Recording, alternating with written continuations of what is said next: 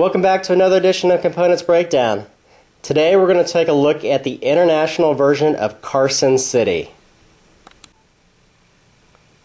Carson City is a 2 to 5 player game, which takes about an hour and a half to play.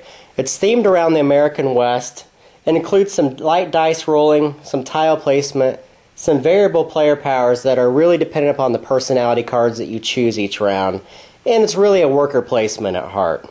So let's open up the box and see what comes inside. Inside the international version of Carson City, you're going to get a large game board, a set of rules that has several different languages. Each section is broken into about 8 pages, so it's not a real hard read. A lot of people have had problems with the rulebook itself, so there have been a lot of revisions to that rulebook, and when it shipped for the US distribution, they revised it, so it's a little bit easier to understand. It is a rulebook that you'll probably have to read through once and really get down to playing the game to understand all the mechanics.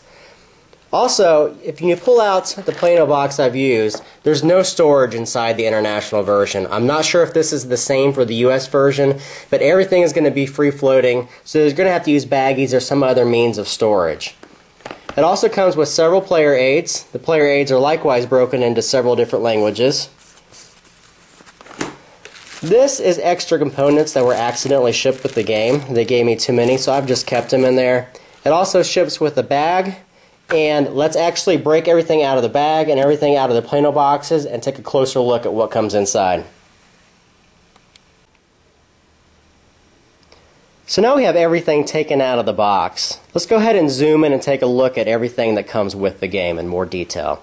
The first thing you're going to notice is a large player board. The player board is two-sided. The side that you're seeing actually has the Carson River running through it. The other side does not. Now this is just one of the variants that ships with the game.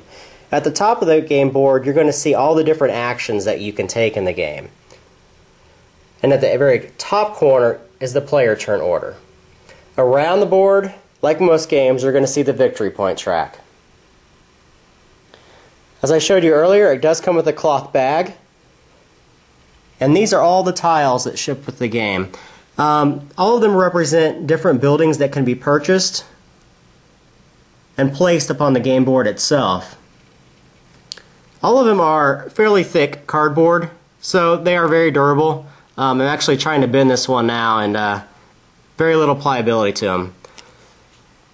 There are 7 personalities that ship with the game. This is where the variable player powers comes into play. Each round you pick one of these and you get whatever special ability they may have. They are double-sided, and the opposite side has different abilities that can be used. And the sheriff himself comes with his own little white sheriff meeple. As I showed you earlier, there is a player aid, which is dual-sided. And the game ships with 2 wooden dice. And I do like wooden dice, so this is a big plus. It gives it that old feel, especially for a game built around the American West. And I've left the other components in the Plano box, but let's go ahead and take a look at them. There are 5 different player colors that are used in the game, and there are property tiles for each of those colors. And all the meeples as well look like little cowboys. So that's very cool. These are just additional houses and mountains. Ships with several of these black road tiles, a special gun tile, and the turn order marker, or the round marker. There's also some revolver chips that are used in the game, as well as dual tiles. On the dual tiles, they have different numeric values on the back of them. And it ships with quite a bit of money chips throughout the game. The money chips go from 1, 5, 10, and 20 denominations in it. So that's everything that comes with Carson City, the international version. There are some differences between this version and the US release version. The most notable differences are, of course, the rulebook has been reprinted and some things have been added that were omitted in this version, as well as the color differentiation on some of the meeples and the property tiles. Some people are having problem differentiating. For instance, let's go ahead and pull this out real quick before we stop the video.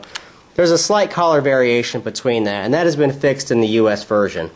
But overall, this game, it plays extremely well. It is, in its heart, in essence, a worker placement game, but one that I would highly suggest. I like all the components. I think they're very durable. They're well thought out. Overall, it's a really good game. Thanks again for watching.